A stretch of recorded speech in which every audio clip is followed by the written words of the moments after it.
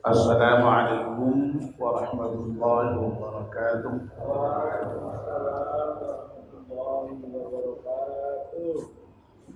Bismillahirrahmanirrahim. Alhamdulillahirabbil alamin wassalatu wassalamu ala asyrofil mursalin sayyidina wa maulana Muhammadin wa ala alihi wa sahbihi ajma'in. Amma ba'd. Ibu-ibu, bapak-bapak dan saudara sekalian, mari kita mulai kajian subuh kita dengan berdoa bersama-sama. Bismillahirrahmanirrahim. Asyhadu an la ilaha illallah wa asyhadu anna Muhammadar Rasulullah.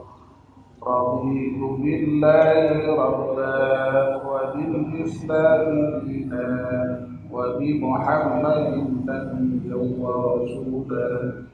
Rabbi zidni ilman nafi'an warzuqni fahman wa hukman wa alhiqni bis salihin. Amin.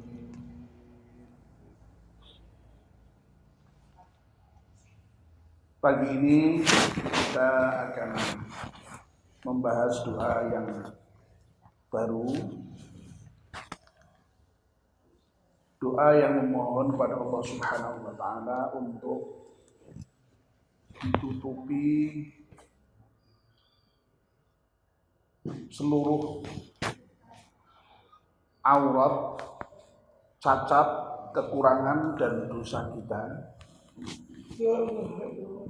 dan juga mohon diamankan dari seluruh ketakutan-ketakutan kita, dan juga mohon dibayarkan dari hutang-hutang kita.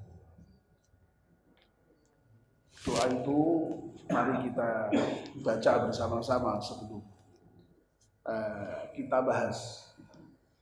Bismillahirrahmanirrahim. Bismillahirrahmanirrahim. Allahumma astur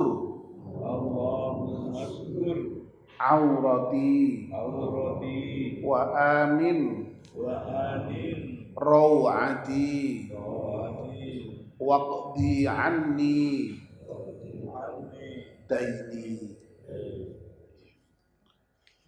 Cukup pendek, sudah saya share doa itu beberapa 2 hari yang lalu kalau tidak salah.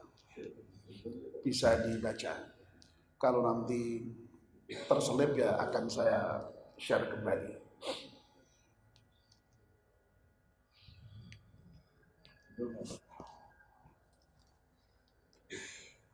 Ya nanti dicek kembali ya. Karena sudah saya share dengan pertimbangan yang doa sebelumnya itu sudah selesai 2 hari yang lalu, tetapi akhirnya saya beri penjelasan tambahan itu, nah, sehingga kemudian ini baru sekarang kita bahas. Baik, yang pertama kita mohon pada Allah Subhanahu wa Ta'ala dalam doa yang diajarkan Nabi itu adalah permohonan untuk ditutupi aurat kita, cacat kita, kekurangan kita, bahkan juga dosa kita. Bapak dan ibu-ibu, pengertian aurat itu kalau secara harfiah ya bagian dari badan yang harus ditutupi. Makanya dalam sholat itu kita perlu menutup aurat, merupakan syarat sahnya sholat itu. Kalau laki-laki ya dari bagian atas ini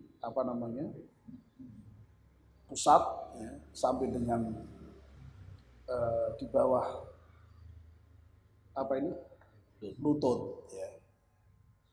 Jadi kalau dari segi sahnya begitu, sholat itu mestinya kok pakai sarung tok itu ya sah gitu ya. Tapi kalau ibu-ibu memang auratnya itu seluruh anggota badan kecuali muka dan telapak tangan. Makanya rukuh itu ya dirancang terbuka wajahnya dan terbuka telapak tangannya. Nah itu yang harus ditutup. Ya kalau menurut aurat dalam pengertian fisik badan seperti itu, saya kira kita sudah menutupnya ya. Tanpa harus memohon doa kepada Allah ya sudah tertutup.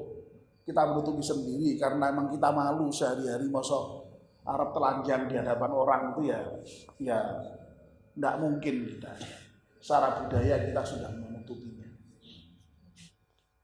Nah aurat di sini sering juga dimaknai secara dalam tanda petik. Ya. Yang dimaksud di sini adalah cacat, kekurangan dan dosa kita.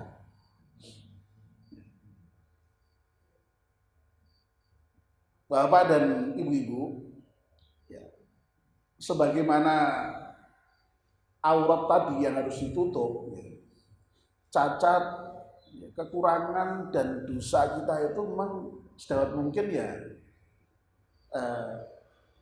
ditutupi, jangan kemudian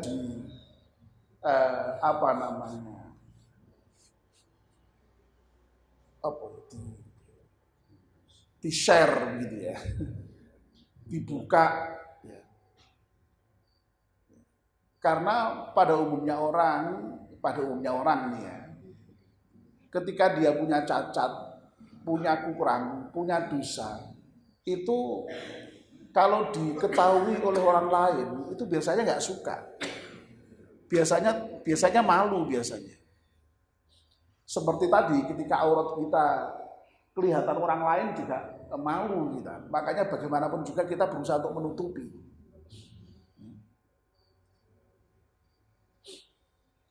Kalau ada orang sengaja menunjukkan auratnya itu berarti memang ya sudah dalam tanda petik memang tidak normal itu seharusnya.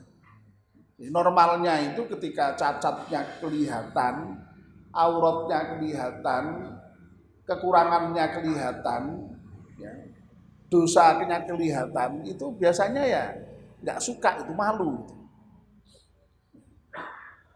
Oleh karena itu, memang orang lalu kepengen menutupi aurat itu, kepengen menutupi cacat itu, kepengen menutupi kekurangan itu.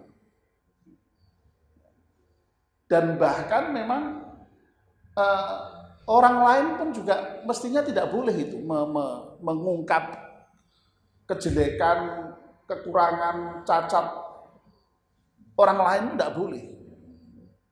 Makanya kemudian dalam Islam itu yang namanya ghibah itu dilarang. Jadi ghibah atau apa namanya menggunjing ya dalam bahasa Indonesianya, bahasa Indonesianya ngerasani. Jadi ghibah, menggunjing, ngerasani itu kan dilarang.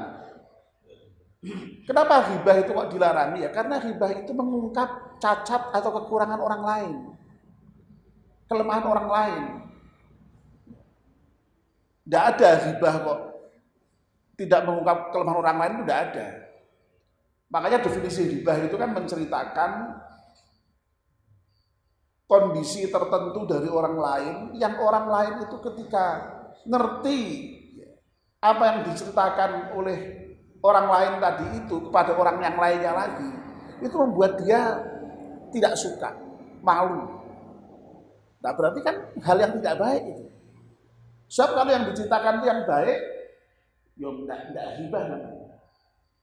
Kalau saya menceritakan misalnya, ya Allah, Pak Edi itu loh, alhamdulillah, apa namanya, suka jamaah, aktif, kalau pengajian suka bertanya, kritis. Itu kira-kira Pak Edi itu malu enggak diceritakan seperti itu? Malu enggak kira-kira Pak Edi? Enggak. Nah kalau enggak malu, kalau tidak kok kemudian benci diceritakan seperti itu tidak ghibah, boleh. menceritakan kebaikan seseorang. Tapi kalau misalnya kita cerita misalnya, ini misal Pak Edi, misal ya, ini misal saja. Atau tidak usah Pak Edi lah, si A misalnya. Oh si A ini, nak Pak Edi tidak khawatir orang pas ini ya. Ya. Tak misalnya kemudian diceritakan si A itu kok misalnya apa suka mutilan gitu misalnya ya, misalnya. Ya. Itu apa namanya? Ngerasain gitu, bergunjing gitu, karena pasti yang si anak nggak suka itu diceritakan seperti itu. Nah itu yang namanya ngerasain. Lola itu nyatanya begitu apa? Nyatanya memang begitu nyatanya sekalipun itulah yang disebut dengan ghibah. Nah apalagi kalau yang diceritakan yang tidak baik itu hoax, ya tidak benar. Itu tidak hanya ghibah itu. Lebih dari hibah itu adalah fitnah itu. Ya. Masya Allah ya. Jadi orang kan sering kali kan, aku kan cerita apa adanya. Apa anaknya ora oleh nak cacat. Apa meneh tidak apa adanya. Nah ini makanya kita harus hati-hati betul ini. Ya. Apalagi di zaman medsos seperti ini, Masya Allah orang dengan mudah sekali itu menceritakan aib cacat orang lain dengan tanpa beban sama sekali.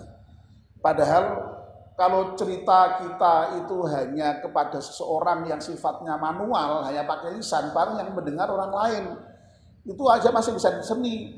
Oh coba ceritake karo wong liya yo. Iki rahasia tenan lho ya. Itu aja masih bisa keluar.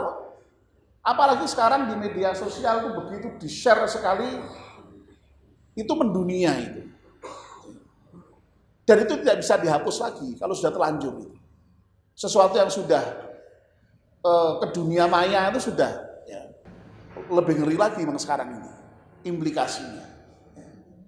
Jadi intinya kita diminta untuk menutupi cacat itu. Dan kita mohonkan kepada Allah, ya Allah. Ya Allah, tutup kekuranganku, tutupi cacatku, tutupi dosaku. Hubungan laki-laki dan perempuan dalam pernikahan itu sampai disebut dengan hubungan hunna libasul lakum wa antum libasul lahun. Engkau adalah pakaian bagi laki-laki pakaian bagi perempuan. Salah satu fungsi pakaian itu yang menutupi aurat itu. Oleh karena itu suami istri itu mestinya juga fungsi untuk menutupi kekurangan dan kelemahan pasangan masing-masing. Tidak kok kemudian lalu menceritakan cacatnya diceritakan, kekurangannya diceritakan. Tidak benar itu. Sekali lagi kita punya kewajiban untuk menutup aurat itu, menutup cacat itu. Baik itu aurat kita sendiri, cacat kita sendiri, kelemahan kita sendiri, maupun cacat atau kelemahan orang lain. Dan Allah Subhanahu wa taala memberikan balasan yang luar biasa bagi orang yang suka menutupi kekurangan orang lain.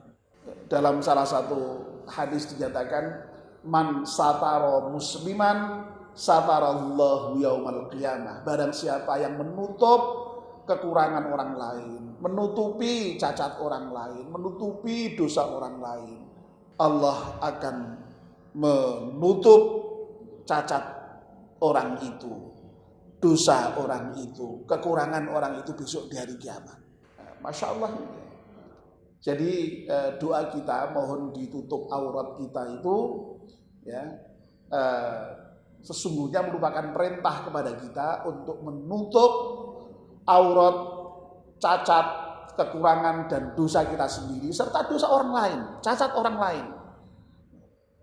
Jangan suka kita menceritakan atau membuka cacat orang lain. Dijaga sedemikian rupa. Sampai-sampai mohon maaf Bapak dan Ibu. Di antara rahasia kenapa kok sampai orang ketika wafat yang memandikan itu harus keluarganya sendiri. Sedapat mungkin. Itu diantaranya karena supaya kalau seandainya ada kekurangan, ada cacat pada si mayat itu tidak sampai diketahui orang lain. Sebab kalau dimandikan oleh orang lain bisa jadi begitu selesai dimandikan ternyata ada cacat yang ditemukan oleh orang yang memandikan, Ya misalnya mestinya kudune ditutupi kudune, tapi kan bisa jadi mudeng citake. Wah jebule si anu tuh anu ya. Nah, ya wes. Itu diantara sampai di situ ya, dalam kaitannya dengan menutup ya cacat dan kekurangan atau aib ya, orang itu. Oleh karena itu sekali lagi ya, doa kita ini ya, saya sudah berkali-kali mengatakan ini, tapi nggak apa-apa, saya ulang terus ya. Jadi doa itu sesungguhnya adalah merupakan perintah kepada kita sendiri. Ya, kalau kita memohon ditutupi aurat kita, cacat kita, ya kita berusaha untuk bisa menutupi aurat kita, ya, cacat kita, kekurangan kita, dosa kita, ya. Bahkan malah tidak hanya dosa kita sendiri, kita juga harus berusaha menutupi cacat, kekurangan, aurat dan dosa orang lain. Sebab Allah akan menutup dosa-dosa kita, cacat kita, kalau kita bisa menutupi cacat orang lain. Masya Allah ya. Jadi ini apa yang bisa kita sampaikan pada pagi ini. Ya, mudah-mudahan kita semua termasuk golongan orang-orang yang bisa menutup aurat dan menutup cacat kita ini. Amin. Ya Rabbal Alamin. Allahumma astur aurati wa amin rawati waqdi anni daini. Amin. Terakhir kita tutup dengan doa kafaratul majlis. Bismillahirrahmanirrahim. Wal 'asri innal insana lafi khusrin illa alladziina aamanu wa 'amilus shalihati wa tawashaw bil haqqi wa tawashaw bis sabr.